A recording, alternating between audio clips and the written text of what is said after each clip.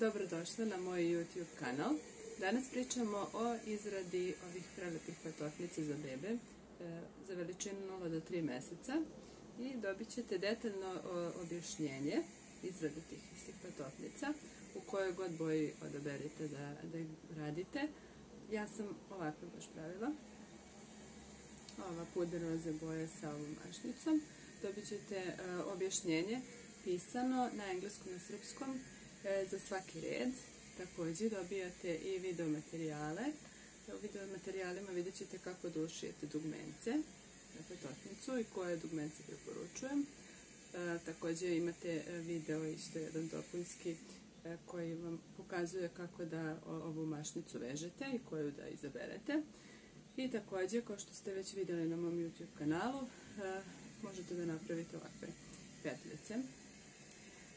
Također, htjela sam da vam kažem da se prve patofnice koje sam ja uradila se s ovim stvarno ne mogu porediti i prošlo je dosta vremena, dosta prepravki, tako da ovako izgledaju na kraju, finalna verzija, i stvarno su se žene baš zaljubile u ove patofnice i neke su mi čak i tražile krajem decembra prošle godine da napravim obuku. Sad je ta obuka dostupna vama. Ovdje neću reći cenu, to možete vidjeti na mom Instagram profilu.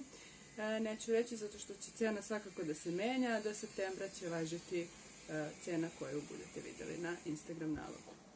Također, ono što ja vama hoću da pomognem, to je da skratite put izrade, sve i da ste same početnice u heklanju, moći ćete da napravite, već prve će vam izgledati približno ovako i vežbanjem naravno sve ćete biti bolje.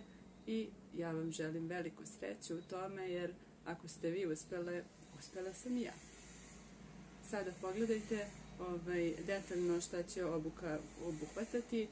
Svakako kažem, samo ove veličine je u pitanju, znači 0 do 3 meseca, jer je ideja da se naprave prve patofnice za bebe, što ste mi najčešće tražile, da li za vaše bebe ili za poklon bebi. Na samom početku obuke objašnjeno je koji je materijal potreban za izradu patofnica, koliko tog materijala je potrebno, također i za mašnice, satinske mašne, odnosno satinske trake od kojih pravimo mašne, pertlice i dugmiće koji su preporučeni, koji materijal, koji prečnik. Onda nakon toga radimo uzorak. Znači uzorak obavezno radite kako biste vidjeli da li vam se podudaraju mere, kako bi i patofnice na kraju bile u odgovarajućim dimenzijama. Nakon toga dobijate linkove za YouTube tutoriale koji su potrebni za same početnike, za žene koje nikada nisu heklale, također i kao podsjetnik za žene koje su nekad davno heklale, pa da se podsjetite.